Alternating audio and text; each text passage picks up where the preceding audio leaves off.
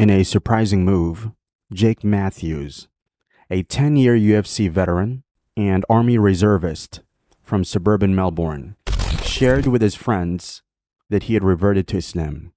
MashaAllah. Despite initial belief from his mates, Matthews says that it wasn't a sudden decision, but a gradual process as he learned more about the ethics and values of Islam over a year and a half. Matthews explained that he felt connected to the morals of Islam for a long time. Growing up in a multicultural Melbourne, he had Muslim friends, but there were no religious discussions. His friends' character and brotherhood attracted him, leading to a natural curiosity about their way of life. In his early days, Matthews had a typically Aussie upbringing, playing sports and being active.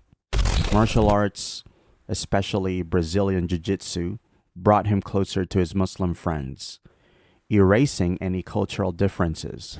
According to him, martial arts break down barriers, creating a bond among practitioners.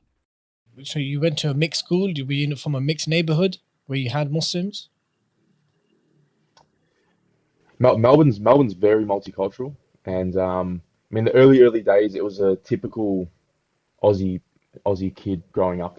I played Australian rules football for 9 years, played at a very high level, always active. I used to swim in school, used to, played rugby in school, just very active kid. And that led into me getting to martial arts. And obviously martial arts, on top of growing up in Melbourne, which is very diverse, martial arts is very diverse. And that's a great part about martial arts is there's no race on the mat, you know what I mean? And met most of my Muslim friends through martial arts, through Brazilian Jiu-Jitsu. And yeah, I guess once you bring martial art into the equation, we're all on the same journey together and we're all trying to get better and training together on the mat. We're in very close proximity. While potentially having a Catholic influence due to his Scottish-Irish background, he emphasized that there was little influence from his family. Matthews admitted to believing in a higher power from a young age, but he was uncertain about its nature.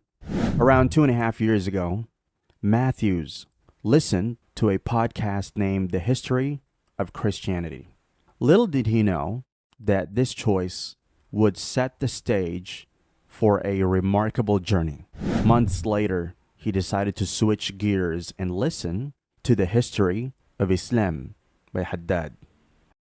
We reach a certain point where it's not enough, the things around us are not enough to motivate us and keep us on the right path and keep us disciplined. There needs to be something else. And for me, it was guidelines on ethics and morality and obviously believing that there's something else out there. And man, the story of how I became Muslim, it's probably a shock to some people, but and to others it's not. It comes down to a podcast. I put it on the history of Christianity and I listened to it, and I already knew part of the history of Christianity, but I was never baptized when I was born, never really pushed towards a certain religion. Then the next time, so months down the track, I mow it again, and I was like, I need another podcast. So I was like, I'll listen to the history of Islam, different religion, completely separate, something new. I put it on and I was like, hold on a second. I'm like, this is not separate. So I already knew a bit about Christianity, so I started really looking into Islam. And the revelation struck him as he noticed the similarities between Islam, Judaism, and Christianity, all categorized as Abrahamic religions. This realization ignited Matthew's curiosity, prompting him to delve deeper into the history of Islam. He started by studying the stories of the Prophet Muhammad, peace be upon him, and other prophets, from Hadrat Ibrahim alayhi salam to Musa and Isa alayhi salam. Initially, Matthews approached this exploration as a historical study, but as he delved further, he discovered that Islam offered more than just stories. It provided practical guidelines for daily life. From personal hygiene to conflict resolution, Islam encompassed a comprehensive set of principles that intrigued Matthews. Implementing these guidelines quietly in his life, Matthews observed positive changes. Despite his friends' unawareness, they began to notice his knowledge of Islam. Yet the thought that he might be genuinely interested didn't cross their minds. Surprisingly, Matthews shared an interesting story about his best friend's mother, who years ago predicted that he would become a Muslim. This subtle thought hinted at the amazing journey Matthews was about to embark on. For about 2 years, Matthews gradually transitioned from studying the historical aspects of Islam to incorporating its principles into his life. The positive impact led him to embrace the worship side of the faith, resulting in his Shahada at the start of January 2023. MashaAllah. Despite his small circle of friends being mostly Muslim, Matthews kept his journey private to avoid external influence. He sought guidance by listening to Islamic channels during his frequent drives for training, ensuring his understanding was rooted in self-discovery. The following 6 months after taking Shahada became a period of deep exploration and dedication to Islam. Matthews expressed his happiness, noting that he had never been happier. His journey, as he describes it, may seem quiet and uneventful, but the subtlety and sincerity in his approach make it profound. Since embracing Islam, Matthews has noticed positive changes in both his family life and his fighting career. According to him, it's like when he's tired during training, he doesn't give up. There's a new energy pushing him forward. What, according to you guys, is the most difficult thing that a person faces after taking Shahada? For Matthews, it was how his family and fans would react to his reconversion. He admitted that he was hesitant at first to talk about his reversion on Instagram, but was encouraged by friends who thought it could positively impact others going through a similar journey. Matthews received many messages from people interested in Islam after hearing his story. Also, it's something I was very reluctant to do. I've got some close friends that, they said it would be, they sort of talked me into doing it in a good way. We mentioned earlier that, it's something that can help other reverts, seeing, another UFC fighter revert, hearing their story, and hopefully they can relate. And if they want to, they can reach out to me and message, which I received dozens and dozens and dozens of messages. People that I would never have thought that I've known for my whole life actually messaged me and said that they were thinking about reverting and they were interested in learning more about Islam. So it was a good thing that we did it. Luckily, his family had his back in this decision. The support from his partner further solidified his decision.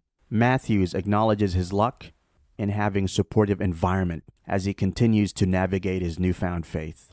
Matthews, who wasn't sure how the public would react, was pleasantly surprised by the overwhelmingly supportive response on social media. Despite the prevalent stereotypes surrounding Islam due to media misinterpretation and geopolitical events, Matthews received minimal negativity. Among thousands of comments, only a handful were negative. And interestingly, they primarily revolved around his tattoos. Matthews addressed the misconception by explaining that cleanliness in Islam is not compromised by tattoos, highlighting the need to change stereotypes. Matthews, in a podcast, talked openly about his experiences with Islam, discussing how he adjusted after his first Ramadan. As we know, Matthews has been in the UFC for a long time, so fasting for him wasn't too difficult because as an athlete, he is used to different diets and fasting. However, not being able to drink water was a bit new for him. Overall, he felt good and refreshed after Ramadan. Matthews also mentioned dealing with injuries during Ramadan. Surprisingly, he healed faster than expected, and he believed it was because of the positive effects of fasting on cell healing. Despite being reluctant to justify his faith to others, Matthews recognized the positive outcomes of sharing his story publicly. He expressed gratitude for the support he received, especially from the Muslim community known as the Ummah. Matthews has built close connections with famous athletes like Sonny Bill Williams, and is even considering training with Khabib's Nurmagomedov's team. Talking about Sonny Bill Williams, Matthews said that Sonny has always been learning and trying to follow the guidelines of Islam. It's inspiring for him to see how he has been a Muslim for years and still wants to improve. Matthews believed that accepting Islam has positively affected his fight preparation, providing a focus and determination he didn't have before. He looks forward to continued growth, guided by the principles of Islam, both inside and outside the fighting arena.